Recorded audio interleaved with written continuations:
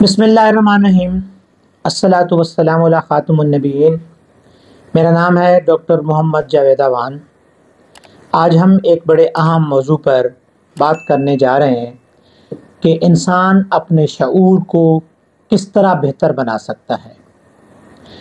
شعور انسان کی طبعی زندگی کے ساتھ بہت زیادہ تعلق رکھتا ہے۔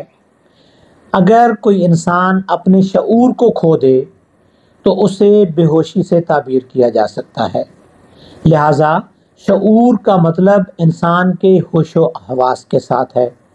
انسان اپنے ہوش و حواس میں اپنے آپ سے کتنا باخبر ہے، اپنے ماحول سے کتنا باخبر ہے، یہ سب چیزیں انسان کے شعور کے ساتھ تعلق رکھتی ہیں۔ شعور کے لفظ کو انگریزی میں کانشیس کا نام دیا جاتا ہے، اور جو شخص شعور کو کھو دیتا ہے اسے ہم انکانشیس کہتے ہیں۔ انکانشیس کا مطلب یہ ہوتا ہے کہ انسان کو اپنے آپ کے متعلق بھی کچھ نہیں پتا اور اس کو اپنے ماحول کے متعلق بھی کچھ نہیں پتا۔ شعور کو 5 چیزیں بہت زیادہ بہتر بنانے میں مددگار ثابت ہوتی ہیں۔ سب سے پہلی جو چیز ہے وہ ہے کتابیں۔ کتابیں اللہ تعالیٰ کی نعمت ہیں۔ کتابیں انسان کی دکھ اور درد کی ساتھی ہیں۔ کتابیں انسان کی تنہائی کی ساتھی ہیں۔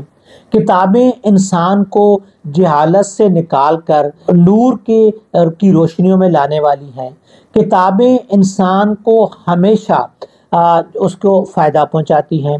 کتاب ایک ایسے سخی کی مانند ہوتی ہے کہ جو ہر ایک کو کچھ نہ کچھ فائدہ ضرور دیتی ہے۔ کتاب ہر زمانے میں ہوا کا ایک تازہ جھونکا ثابت ہوئی ہے۔ اس سے انسان کے علم میں صرف اضافہ نہیں ہوتا بلکہ انسان کی سوچ بہتر ہونا شروع ہو جاتی ہے۔ کتابوں کے ساتھ گزرا ہوا وقت کبھی ضائع تصور نہیں کیا جاتا۔ کتاب ہمیشہ انسان کی شعوری حالت کو بہتر کرنے میں مددگار ثابت ہوتی ہے۔ ابو علی سینا کے بارے میں کہا جاتا ہے کہ وہ کتابیں پڑھنے کے بہت زیادہ شوقین تھے۔ وہ ہمیشہ کتابوں کے متلاشی رہتے تھے۔ ابو علی سینا کے دور میں کتابوں کا ذخیرہ بخارا کے سلطان کے پاس تھا۔ اللہ کا کرنا ایسا ہوا کہ سلطان کو قولنج کا مرض جو ہے وہ لاحق ہو گیا۔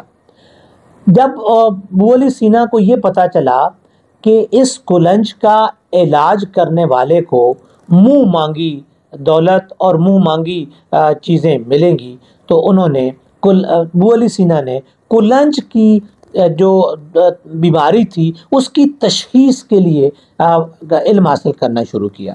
انہوں نے مختلف جگہ پر جا کر اس بیماری کے علاج کو تلاش کیا۔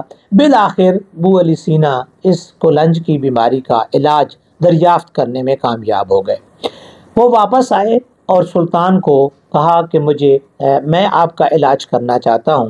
سلطان نے کہا ٹھیک ہے، آپ میرا علاج کیجئے اور اس کے بدلے میں آپ کو منہ مانگی دولت دی جائے گی۔